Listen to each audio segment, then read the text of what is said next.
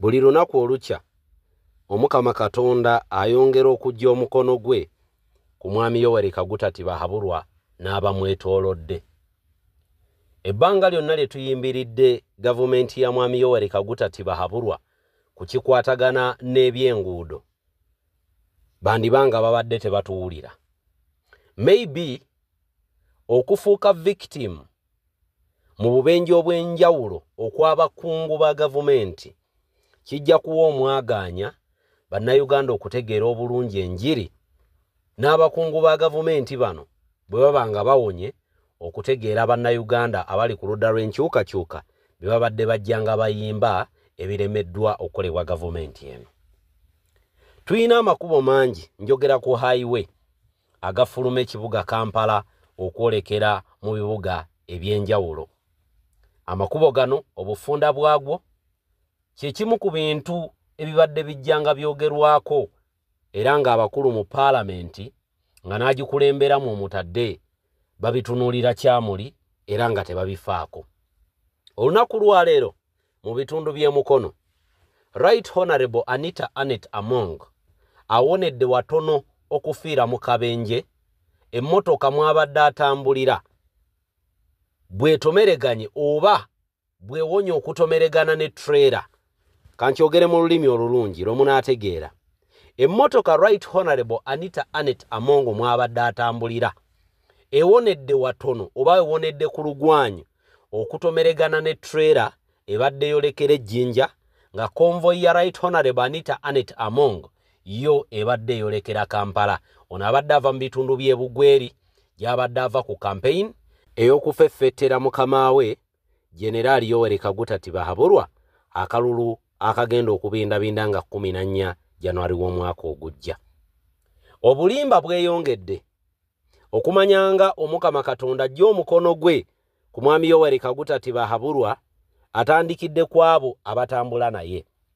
Ebbanga eritali ddene emabega eriyo munnamagye yafuna akabenje ku luguudo oluva Embarara okudda e Kampala, if I've not forgotten. Munnamagye oyo y'omu ku baali ku mwanjo mu mwaka gwa 2020 mu kulinnyeggere mu nkyukakyuka, era mujjukira ebyaddirira oluvannyuma ye yalina okubeera airlifted aleetebwe mu Kampala afune obujjanjabi obw'amangu. Nkubamu akafaananyi ng'eriyo omukungu wa gavumenti agudde kabenje kubanga bangi betuuliddeko nga bafudde ne bannaggaga babadde bakolagana ne gavumenti nga bayitiddeawo kagenderere ng'omukadde akogga ng'obulamu bwabwe tebufiiriddwako, nga bo tebafunye opportunity kubeera airlifted oba chopper kujja ku bano na gye bafunidde bubenje kutwalibwa mu malwaliro kujjanjabwa, oba tebabeera connected nnyo nga bano abamu bwe babadde connected, nga bw'olaba Sabiiti bwe yafuna akabenje ennyonyi n'emunona, nga bw'olaba bali omunsi bwe yafuna akabenje era naye helicopter n'emunona gye yali ekambuga n'emuleeta e Kampala okufuna obujjanjabi. Question yange eri nti nga tetunnagenda wala, buli mukungu yenna owa gavumenti bw'anaafunanga akabenje balina kumu airliftinganga kumuleeta Kampala kujjanjabwa, era ebbanga ennyonyi ly'enaatwala okubuuka okuva e Kampala egende munone mu kitundu ekyo kye mwagala okutulaga nti terimala omuntu oyo fiirwa obulamu bwe. Ekyo kimu. Kyakubiri, ebbanga lyonna bannayuganda lye bakomplainingidde ku bufunda bw'amakubo mu abakungu ba gavumenti mubadde nga abeefuula nti temukiraba oba mukiraba ne mwenenya kyenenye. Ekirala kyenjagala tutunuulire, bakungu bameka aba gavumenti bwe tubala abakafiira mu bubenje wakati wa 2024 mpaka 2025, ekitono ennyo balinga 6 abakungu ba gavumenti. Lwaki bafiira mu bubenje? Emirundi emingi bonna abagwa ku bubenje babeera bawagaanya, babeera batetenkanya kufuna we bayita nga beefuula nti nno balina emirimu emitongole gye badduka okukola naye ng'ate tegiriiyo. Obugombe buno obuweebwa ab'ebitongole ab'ebyokwerinda okulembera abakungu ba gavumenti tebuvuddeeko bubenje neeyano. Obubenje bwonna bw'ogenderera abakungu babufunira ku mukono ogutali gwabwe. Abange, ki ekibalobera okubeera patient ne mugumira mu layini ebeetambula? Oba kale bwe muba nga temuli patient ne mugenda nga muvuga mpola mpola konvoyi yammwe nga bwe muyita ku mamotoka mpola mpola tewali baddewo complaint naye mukubeera nti temuvugira nga temuyina right of way oba temuvugira ku mukono gutali gwammwe mugattako okuduumuula amamotoka okugavuga endiima wakati mu jaamu omuyitirivu. Kati leero abadde Right Honorable Anita Anet Among yawonedde ku lugwanyu. Eriyo abakungu abalala bajja ofuna obubenje baleme kuwona. Lwaki? Muyitiridde amaanyi amangi agabaweereddwa Mwami Tibahaburwa ogakozesa obubi. Nakiwulirako ko gye buvuddeko yali mutabani wa Mwami Tibahaburwa ye yavaayo n'agamba nti okujjako nga oyina gy'olaga ng'oli mukungu tekyali badde kirungi oba tekiri mu mateeka gwe kuvugira ku ludda oba ku mukono gutali gugwo oba kuteekamu bugombe kufuna right of way nga toyina kyogendako. Baganda bange nga tukijje ku Right Honorable Anita Anet Among tetugamba nti nno tufuuyirira kagalo bafuna obubenje abakungu ba gavumenti nedda kuba naffe tetunyumirwa kulaba abantu bafa buli kadde. Twegomba abantu bano babeerewo balabe ku Uganda ng'ekyuka. Twegomba okubalabako mu Uganda empya ng'ebintu nga bwe babadde babikola balaba nga biri kifuula nnenge ku ngeri gye babadde babikolamu. Balabe ku nguudo ennungi, bavugireko amamotoka ku nguudo ennungi, batambulireko ku nguudo ennungi, bagendeko mu malwaliro nga waliyo eddagala nga tebeetaaga kulinnya nnyonyi genda Bulaaya kufuna bujjanjabi. Kyetuva tufukamira ku mavivi gaffe Omukama abawe obulamu bawangaale. Leero ndabye Mwami Tibahaburwa bamubika wano na wali nga boogera nga bwali omulwadde nnyo. Abamu ne batuuka n'okugamba nti yandibanga yafudde. Agamawulire njagala okubagamba nti ga bulimba eri omukutu guli gwa mukyaye ne gukunakuna oba omukutu baguyita Channel 7.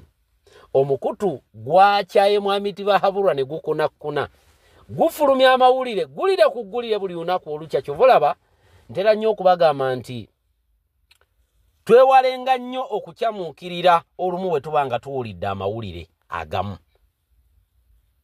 Mwami Tibahaburwa olwa demand n'abantu abakankubirako nabadde nneewala okwogera ku ggulire ly'obulwadde obumuluma. Mbambalimbye nti nina obukakafu nti mulamu era mbambalimbye nti nina obukakafu nti mulwadde, naye amawulire ag'omunkuubo galaga nti omwami ono alina obulwadde obumubala olw'ebyo ebikoleddwa olunaku lwa leero. Amawulire ago nga gafulumye tulabye nga ku mukutu gwa Mwami Tibahaburwa waliyo ebiteekeddwayo. Oluvannyuma lw'amawulire gano okutunda ennyo ag'obulwadde obumuluma era ng'alaga nti ali ku party activity oba emirimu gy'ekibiina ekya NRM. Bino nno batera okubikola naddala ebbanga lyonna Mwami Tibahaburwa lyalwalidde. Bwe bamanya nti mulwadde tagenda kulabikako eri abantu batera nnyo okuteekayo obuvidiyo obukadde obumu ku mirimu gy'abadde nga gyayitira oba gy'abadde mu field ng'atambulira. Era kyekikoleddwa olunaku lwa leero. Therefore tukyagowinga on okukola thorough and deep investigation okutegeera ekituufu ekiri ku bulamu bw'omwami ono, naye nga we twogerera do not confirm oba mulwadde oba mulamu. Byebyo nno baganda bange nga tuvuddewo kaawo twolekeddeko mu Adjumani. Mu Adjumani ekiwandiiko kifulumye okuva eri kaawo. Kaawo be baba bakiikirira oba ababa bakulembera oba abatwala ebya education era be bakola ne ku payment y'abali ku gavumenti bakaawo oba bayite ba chief administrative officer ku buli district gyali abeerayo kulondoola ebyenjigiriza mu kitundu ekyo.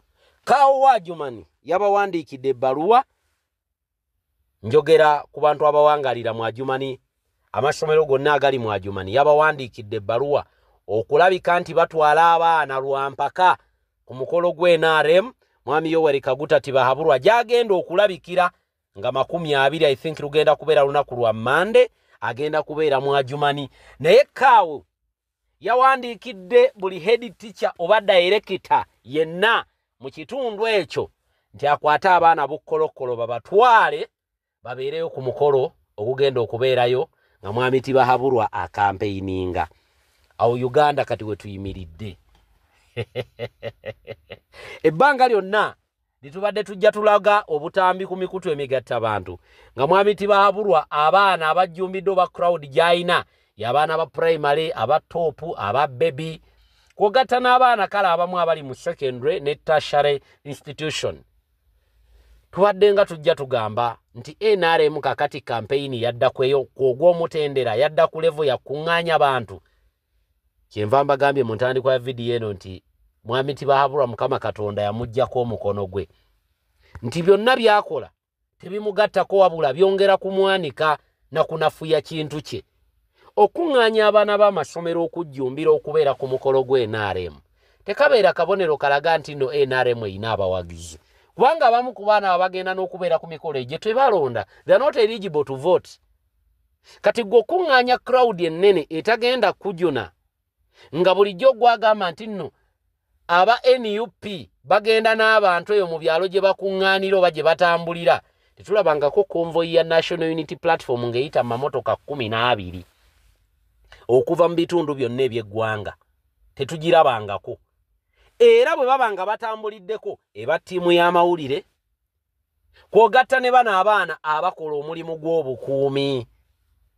Naye ggwe oli ku level ekwata abaana b'amasomero be twaweerera abaana baffe obajjeyo mu bibiina obaleete ku biragiro bya kaawo babeere ku mukolo gwe NRM olw'okubeera nti oyagala NRM erabike ng'ey'amaanyi mu bitundu bya Jumani. Oyo kaawo alina kugobebwa. Era tuba kubeera mu gavumenti etegeerekeka, gavumenti erimu eggumba, gavumenti erumirirwa abantu. Oyo kaawo abadde ogwo omulimu agufiirwa there and then. Abadde agufiirwa ku bbaluwa eyo. You know, tulina abantu abali mu gavumenti ya mwami Tibahaburwa abaagala okuprovinga gyali nti bakola nnyo. Promotion ya mwami Tibahaburwa erabikira mu bya kigwagwa na bya kitumbaavu. Awe mula gwa promotinga. Amenya amateeka gwa wa promotion. Alinyirira eddembe ly'obuntu gwa wa promotion. Njagala mugenderera abantu abakola effujjo mu kalulu ka 2020 bonna baweebwa amayinja, baweebwa ebifo eby'okumwanja mu gavumenti. Olw'ogwo omulimu gwe bakola ogw'effujjo ne baviirako n'abamu abantu ofiirwa obulamu bwabwe, but they were promoted olw'effujjo lye bakola. Kati tetwewuunya bintu nga kaawo ono wa Jumani bye yalangiridde nti abaana bonna ab'amasomero bagibweyo bagende ku mukolo gwe NRM okulaga nti mwami Tibahaburwa alina abawagizi bangi mu Jumani. Kati mugenda kuddamu kutunnyonnyola ki ku crowd gye mubaddenga mujja mu poolinga nga n'emu ku bantu be muleeta mutikka batikke ku bimotoka biddayana ne mutikka amamotoka g'NRM bino bikosta ne mubireeta ne mubakuŋŋaanya ne mubawa bitishaati bya yero ne banekaanekana olwo balage mwami Tibahaburwa nti bamwagala nnyo. Ku mikolo gye NRM olaba tenti nnamba nga y'abakungu ba gavumenti bokka. Tenti nnamba ng'ejjudde erimu abantu nga 5 bonna nga bakungu ba gavumenti. Olwo nga bagenda balaga obutambi ku mikutu emigatta bantu nti gwe wenna avuganye NRM omala bya mbulago. NRM y'amaanyi nnyo era ya kitalo epuulingidde crowd eno emmamboka g'eggwanga Kyagulanyi taliiyo bamugobye. Ye. Mukama Katonda ateranga n'abikula akasolya k'ennyumba ne tulaba ebiri munda. Kati kaawo abawemukidde. Mugenda kunnyonnyola ki ku crowd gye mubeera nayo nga mukuŋŋaanya baana b'amasomero ne mubaleeta lwampaka? Eyo yawadde directive namba nti buli muntu yenna alina essomero mu Jumani abaana tubaagala wali eri ku ground mwami Tibahaburwa wagenda okubeera. Abaana baffe banaafuna ddi obudde obusoma. Eyo nayo tugibalengako curricular activity. Eyo tugibalengako curricular activity bannange ey'olunaku olulamba etali neetegekere. Ate nga directive okuva ewakaawo. Mulaba obulumi bwe tuyina, mulaba omulimu gwe tuyina okununula Uganda. Abo abaami bwe banaamala okuŋŋaanya obwana bw'amasomero ne babuwa t-shirt ojja kubalaba nga tebaswadde kuteekayo butambi ku mikutu. NRM pulls a large crowd in Jumani. Ng'olwo emikutu gyabwe nga bukedde givaayo ne gyogera ab'omwajumani bakunganya mu bonje okolera ku mwogera waabwe abantu b'omwajumani nno bongedde okulaga omukwano omunje ne kutalekayo yaddoomu nga baana ba masomero emikutu emirala nga gigamba gijja kuteekayo nti mwami Museveni afunye abantu bangi nnyo abatafunikanga nako mu ggwanga lyonna bukyanga muntu yenna amuvuganya atandika kuba kampeyini nga mulina baana b'amasomero mulinda emikutu gy'okummande emitwe gye banaakuba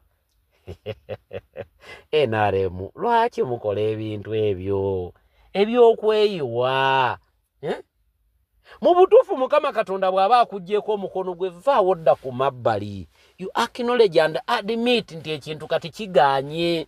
You're not going to shine forever. Temugenda kubeera ku ntikko lubeerera bannange wabaawo time etuuka nga biganye. Kuba buli kimu kyonna kyonna ekikolebwa leero mu Uganda nga kirimu omukungu wa gavumenti afundikira kikunamiddemu. I was watching a video in the afternoon today. Nendaba omukyala Among ng'alina omukolo kwali. Naye nga MP gwe baawa kaadi mu kitundu ekyo oba gwe twalibadde tuyita eyavaayo ku kya member of parliament NRM gwe yawa flag abantu baŋŋoola mu ŋŋoole neŋŋamba kakati Anita Among ku mukolo ng'ogwo akolawo ki eyo mu bitundu bya Bugweri gy'abadde neŋŋamba nti buli byonna bye mujja mukola yongera kubalaga nti muli banafu. Bw'atannaba kumanya nti NRM nnafu tuula ku mukutu nja kunnyonnyolanga buli lunaku nkubuulire n'obunafu bwabwe we buli. They fought a long battle okulaba nti baprovinga bannayuganda nti they have a following nti balina abantu ababagoberera naye gye bakomye okwagala oprovinga nti balina abantu ababagoberera ate gye bakomye okulaga nti nno tebalinaawo yadde n'omulema ati. How sure will people be nti ku mikolo gyammwe egy'NRM muleeta baana b'amasomero nti ku mikolo gyammwe egy'NRM mutuuka n'okuleeta abantu abasiba balina okubeera mu makomera? Kuba nalaba wadeni mu butambi nga buna era mu mambuka eyo ndaba wadeni abawerako wadeni bano batera kubeera mu makomera bakola ki wano tewabanga waliwo abantu abaggiddwa mu makomera ne baleetebwa mu gavumenti eno eya Mwami Tibahabulwa. Anything can happen. Anything can happen. Era muyingidde ebyafaayo ebitabeeranga nawo kulagira baana bave mu ssomero batambule ne Mwami Tibahabulwa babajje nayo bajje ku lukuŋŋaana lwe tikibanga nawo. Oluvaawo nga mugamba Kyagulanyi abantu be abeetikkira kuva Kampala mukyayogera bingi eriyo ne gwe nalabye ng'aloga ng'ali ku nnyanja mbw'ayenga ebidagaladagala mbw'obululu bwa Kyagulanyi buyitaawo. Maidiya bwe kituuka ku Mandwa muganda wange tokola era ng'obiteekamu emmandwa kubanga emmandwa ate ejja kutta Bussi Tibahabulwa mutwala. Tokikola temukikola ab'NRM bwe mubanga pointi y'okuloga kati kwe muli n'empuuga namulabye naye ayagala kutandika kuloga n'emeedaadi baagala kuyiga kuloga mwagala yiga byakalogo kalenzi munaamalako mmwe baganda bange ebiri mu NRM byampuna naye nga ye Anita Among leero awonedde watono okufiira mu kabenje. Kibeera ekyokuyiga eri abakulu abali mu gavumenti nti amakubo gano bwe mulaba opposition ng'egwogerako tegwogerako lwakubanga yeefaako yokka nedda nammwe kibatwaliramu. Mu Uganda tewali ali exceptional. Njagala kati okubemu akafaananyi eggulire libafuluma nga ligamba nti akulembera palamenti y'eggwanga Uganda afiiridde mu kabenje ku luguudo olw'emukono ng'odde e Kampala. Eggulire eryo ddala lyalibadde litya? Era abantu twali bannyonnyodde ki nti tetulina makubo? Ebintu bino bannange mwabali mu NRM n'abagitembeeta era abagiwagira tetuganye mujagala nnyo era mukama wammwe mumwagala naye mubirabirenga mu anga entuufu effe valinga eggwanga lyonna. Ebintu bimulemye okukola emyaka gibadde mingi n'alemererwa okubaako kyakolera mu myaka egyo. Temutulaga nti ate muyina akamiro nti gino emyaka 5 gye gibaluma ennyo olw'okubanga Kyagulanyi waali. Temutulaga nti nno gino emyaka 5 gye mugenda okukoleramu ebyamagero ebibalemye emabega yonna myaka 4. amakubo gabalimi obujjanjabi malwali obubalimi oteekayo ddala kike mulaga abantu kati ne education nayo mwagitatta na temukomye okwo mukuŋŋaanya abaana baffe ate mubaleeta ku mikolo gyammwe bannange nkiyitirira mutama tutambudde ne Sheikh Ashraf omulombi w'edduwa munoonyeeko ku namba ewe eri awo gwe nayina embeera muyita etali nnungi akulombera eddwa embeera ejja kubeera ng'efuuka malidaadi gye buvuddeko Bobi Wine yatulabula n'agamba nti mwami Tibahabulwa ajja kwekunamya yekka n'abo bennyini abamutembeeta ebikolwa byabwe bijja kubatunda kati kye tuli mu kulabako leero ebikolwa byabo abatembeeta mwami Tibahabulwa bibeetundira akabenje okawonye genda oli enkokoyo naye mu kubeera nti okawonye funamu ekyokuyiga nti bannange mbakafiiramu abantu baaliyogedde ki amakubo mafunda kwe mwagala okuvugira endiima kwe mwagala okuvuga nga mumuvugira ku mukono ogutali mutuufu obubenje bwonna obugudde ogenda okulaba yugi buli namba plate ya gavumenti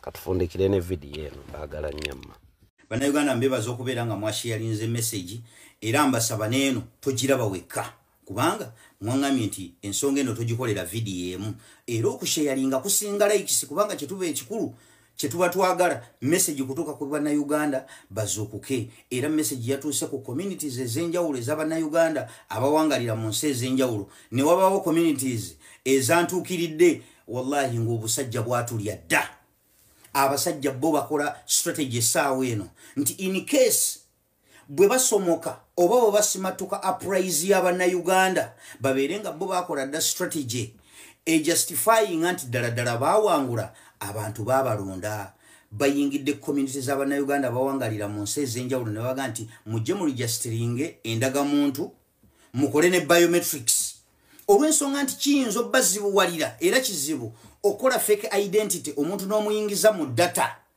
nga tomukozeeko biometrics kuba buli muntu alina ekinkumu kyanjawulo tekifaanana kya munne kati ne batagetinga bannayuganda abali ebweru w'eggwanga kubanga bakimanyi nti abali ebweru w'eggwanga tebatera kudda dda Uganda ne baga nti katutagetinge zino community tubajjeko biometrics era mwe bajjako biometrics munaatusonyiwa okubeera nti eno message teyasaasaana kimala mumanye nti mwalonda dda era mwalonda mu 7 nga bakujjako biometrics njagala okutunuulira community ya China kubanga ono omusajja Muhammad Mubajje essaawa ya leero ali China okusinziira ku chat eyo nga bw'ogiraba ne namba ye yessimu yeeyo ab'oku TikTok sisobodde biteekayo olwa community guidelines za TikTok video bayinza ogiwanula naye bw'onoogenda ku Facebook video eno chat eyo mweri ne namba yessimu weeri mubakubire ennamba ezo nziteekayo mubawulize bubi n'okugezaako okudisaminga bayinza okwagala okujja okuyiwa omukojobo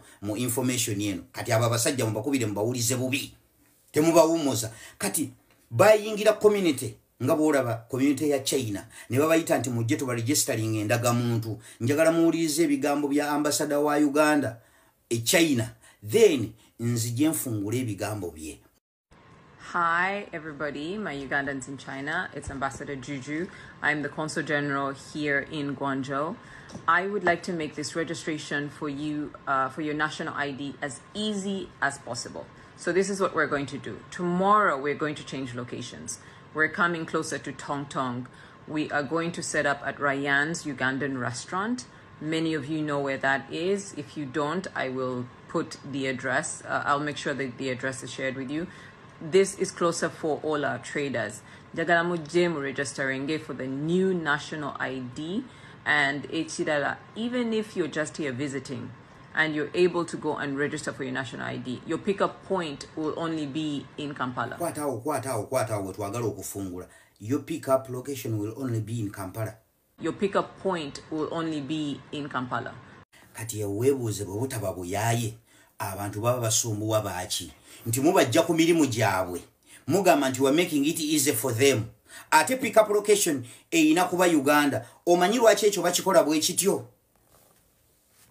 bonna abaregisterinze tekuli n'omu akuga nti bamuwendaga muntu ye then kati jo ndigisteringa ki lwaki tonindira ddala nga nzize Uganda kubanga ne ID bw'ogindigisteringira eno togenda jimpa kibanoonya olw'okuba bakimanyi ti bannayuganda abasinga tebaddayo kati bagenda kukozesa identification z'abana abantu okuzikozesa okulonda gwazeeyo n'ogipiikinga bamanya nti kati oyo awaguse naye atazzeeyo kugirondesa oyo baba bamututte jjukira mugundi mu kagundi ke nasooso balaga yesterday twabalaze nti technology ono basobola okumukozesa okumodifyinga registration okuremovinga voters n'okubeera nti basobola okukyusa addresses kati gwe baregisteringira eggwanju China simanyiwa ne bakulaga nti walondera Museveni nakapiripiriiti nga bakozesa technology oyo ekinewunyisa mu byonna bye bakola ebweru w'eggwanga bannayuganda ezo services tebazibawa mu community y'abannayuganda abali e China babagamba mujje mutuba registering n'emmere yabwerere nga bakosa bannayuganda bannaabwe bennyini okubakunga okubayita mpozi mwena abali ku mukutu banadduuka China mwenna olwaleero n'enkya ambassador awadde order wano ku Lions Restaurant buli amala okuregisteringa okulya n'okunywa byabwerere kati mbuulirayo e Uganda eyali ageze n'aregisteringa endagamuntu ne bamuwa yadde otuzzi tw'okunywa bano abatali bubi bewoga nti bano bali bweru bwa ggwanga at least bali bulungirungiko n'emmere yabwerere abazze obbawa services e Uganda omuntu ajja okukima endagamuntu ye baabagala ate bamukuulemu ssente ono gwe bamanyi olwedda ali e China oba ensi yonna gyali mutali bubi ne bamugaye nti services zabwerere n'akamere twakutegekedde wa Uganda ki gwe bakikolera ekyo olw'ensonga nti bannayuganda abali e Uganda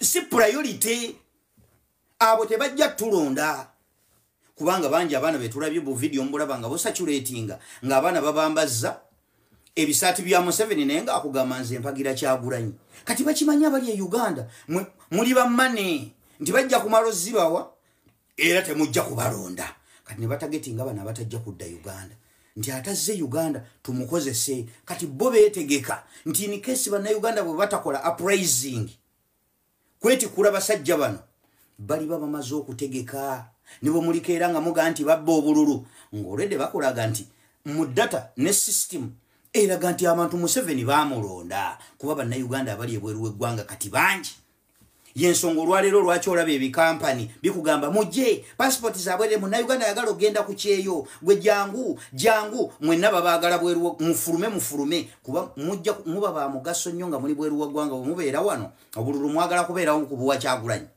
kati bwe mubeera ebweru w'eggwanga kaba batwala bamu babasombera na ku bwereere babatwale you are of value nga muli bweru wa ggwanga you are of no value nga muli mu Uganda eyo obusajja nga bwatwetooloola bannayuganda ku mulundi guno bwe tutatwala bana abasajja tetugenda kubajjako mu bino ebintu bya sayansi w'amayanzi ekyo kigenda kusoboka abasajja bakutwala misinde bwe batte basazeewo okugenda mu mirembe bakutwala misinde ekitali ekyo bakyatusitamyeko kubanga n'abayinza okuga nti tuyinza okubayamba bali maluba proving abantu babaagala proof ne be mwandisubidde nti banaye mutuyambe tebayina kubanga bwoga nti weetaaga muzungu akuyambe ono omusajja najja n'amulaga nti data alaga nti bannonda kati gwoba okyamunnyonnyola ki abatajja kuwalampa muntu bannayuganda abali ku kyeyo they know how professional abazungu bwe bali